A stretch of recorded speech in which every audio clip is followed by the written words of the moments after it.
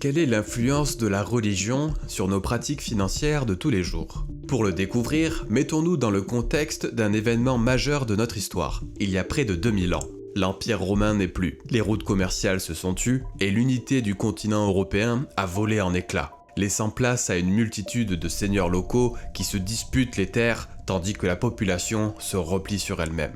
Et au milieu de ce chaos, une nouvelle force s'affirme, la foi chrétienne. Alors, comment la religion va-t-elle façonner le travail et la richesse? Comment les moines et les penseurs chrétiens vont-ils transformer notre rapport à l'économie? On va voir ensemble comment les grands courants de pensée, portés par des figures comme Saint Augustin et Thomas d'Aquin, ont créé les bases de cette nouvelle économie, et comment leur influence se fait encore sentir aujourd'hui.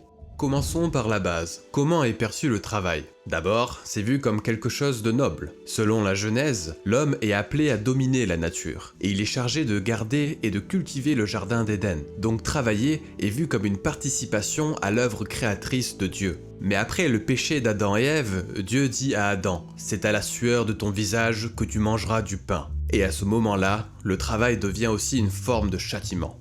On comprend donc pourquoi la vie sur le travail est mitigée. C'est à la fois une valorisante nécessité et une pénitence. Évidemment, si on travaille beaucoup, on peut accumuler de la richesse, voire énormément de richesse. Mais comment cela est-il perçu? L'attachement excessif à l'argent est considéré comme dangereux. Jésus lui-même mettait en garde. Si on pense qu'à s'enrichir, on s'éloigne de notre quête spirituelle et on risque de se couper de Dieu. On peut imaginer le dilemme du paysan qui voit sa récolte augmenter et qui se demande s'il doit vendre le maximum pour s'enrichir et avoir une vie plus confortable, ou vendre uniquement le nécessaire et faire don du reste. Où placer la frontière entre gagner sa vie et céder à l'avidité? Dans un monde où la famine, la maladie et la guerre sont omniprésentes, cette question n'a rien de théorique. Pour beaucoup, la survie matérielle est déjà un combat. Pourtant, les hommes d'église rappellent sans cesse qu'il ne faut pas perdre de vue l'essentiel, le salut éternel. Cette tension entre la quête de prospérité et la crainte de la damnation va profondément marquer l'Europe médiévale. Pour comprendre comment la foi chrétienne va guider et encadrer l'économie de cette époque, intéressons-nous à l'un de ses premiers grands penseurs, Saint Augustin d'Hippone.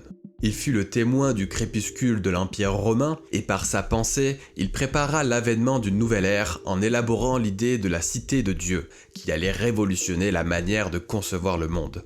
Au cœur de sa réflexion se trouve une distinction fondamentale, la cité terrestre face à la cité de Dieu. La cité terrestre, c'est le monde tel qu'il est, avec ses empires, ses conflits, sa recherche incessante du pouvoir et de richesses matérielles. Elle est fondée sur l'amour de soi, l'orgueil et la soif de domination. En opposition, il y a la cité de Dieu, représentant la communauté des croyants, ceux qui placent leur foi en Dieu et aspirent à la vie éternelle.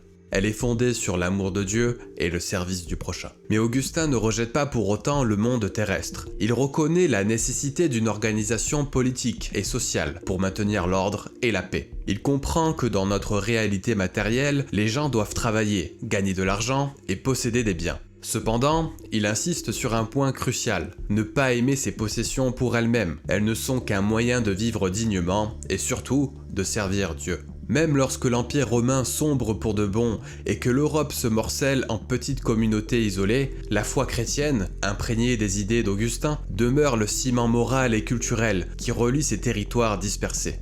Son œuvre a contribué à la distinction entre le pouvoir spirituel et le pouvoir temporel. Il a aussi influencé la théologie avec sa conception de la grâce divine et de la nature humaine, et même notre façon de concevoir l'histoire, en la présentant comme un récit linéaire tourné vers un but ultime, le sort de l'homme et de l'univers après leur fin.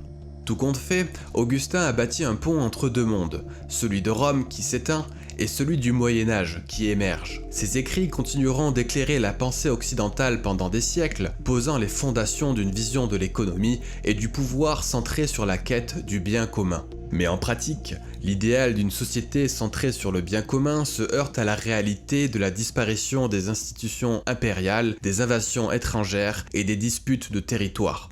Dans ce chaos, les nouveaux dirigeants, souvent d'anciens chefs de guerre devenus rois ou seigneurs, ont un problème majeur. Comment assurer la défense de leurs terres ?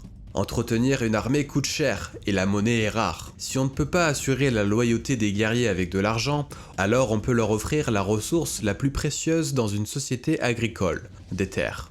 En échange, ces guerriers et futurs chevaliers promettent de répondre à l'appel du seigneur à tout moment. C'est ainsi que naît le féodalisme, un système de liens personnels et de services mutuels, bien plus que de transactions monétaires. L'économie se fonde alors sur la possession de terres et sur la parole donnée, tandis que les paysans, attachés à ces seigneurs, cultivent et doivent céder une partie de leur récolte en guise de redevance. Cette organisation sociale s'accompagne d'une vision du monde très hiérarchique. Tout en haut, Dieu est le Christ, l'autorité spirituelle suprême, puis le pape, représentant de Dieu sur terre, ensuite les rois. Théoriquement au sommet de la hiérarchie féodale, mais leur pouvoir est souvent concurrencé par les grands seigneurs. Vient ensuite les petits seigneurs, qui ont juré fidélité à un seigneur plus puissant. Et tout en bas, la grande masse des paysans, qui travaillent la terre et assurent la subsistance de toute la société.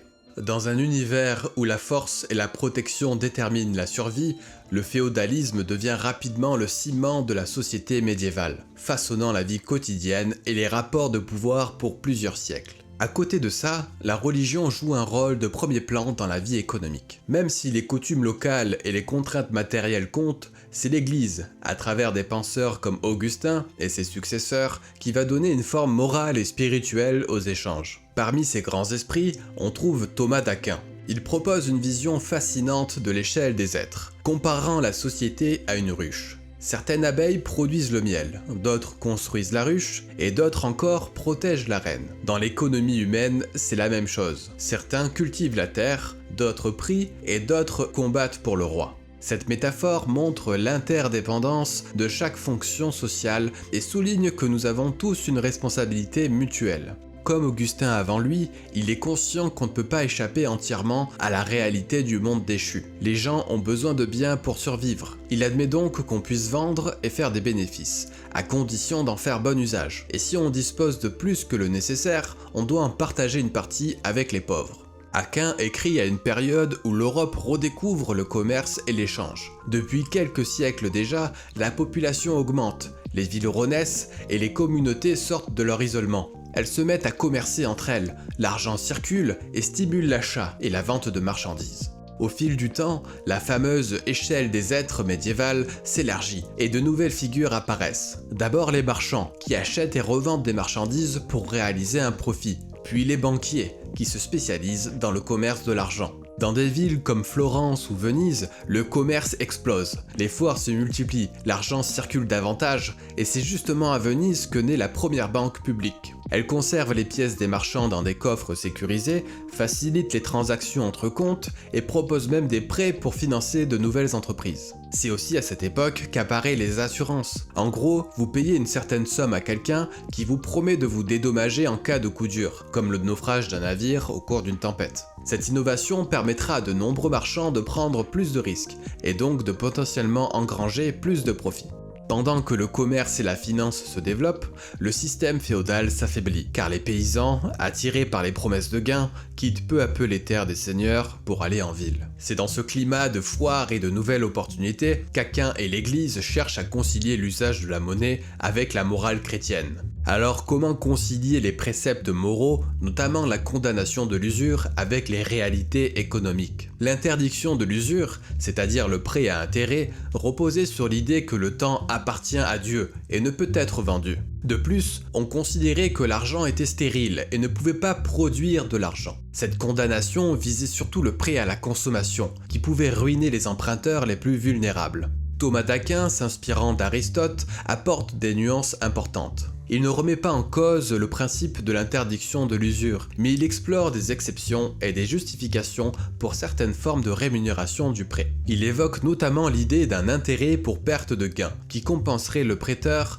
pour le manque à gagner qu'il subit en prêtant son argent au lieu de l'investir ailleurs. Progressivement, une distinction s'opère entre l'usure, perçue comme un taux abusif, et un intérêt plus modéré, considéré comme une juste compensation. Cette distinction est cruciale car elle ouvre la voie à des pratiques financières plus complexes. Plus tard, la canonisation d'Homobon de Crémone en 1199 est un signe important de cette évolution. Homme d'affaires pieux et charitable, il est présenté comme un modèle de conciliation entre la vie marchande et les valeurs chrétiennes. Sa canonisation ne signifie pas pour autant une acceptation totale de l'intérêt, mais elle marque une reconnaissance du rôle positif du commerce et de l'activité économique dans la société. L'idée d'une opposition binaire entre richesse et salut s'estompe peu à peu. L'enrichissement par le travail honnête et le commerce n'est plus systématiquement condamné. On voit même apparaître, dans certains contextes, une association entre la prospérité matérielle et la bénédiction divine. L'expression « au nom de Dieu et du profit » qu'on retrouve dans des registres de comptabilité illustre cette évolution des mentalités. Elle témoigne d'une intégration des activités économiques dans un cadre moral et religieux. Cette évolution n'est pas linéaire et connaît des résistances.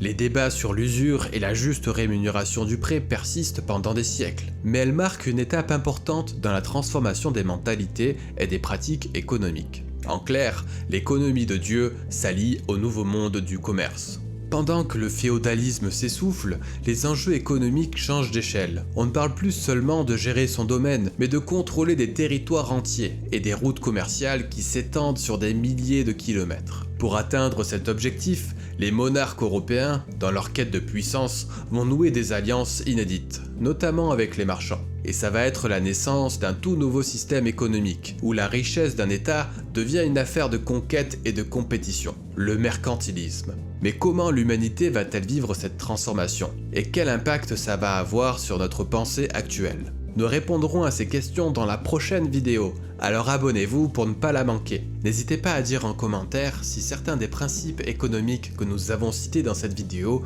vous fait penser à des idées qu'on entend encore aujourd'hui. Merci d'avoir regardé jusqu'au bout, et à très vite pour la suite.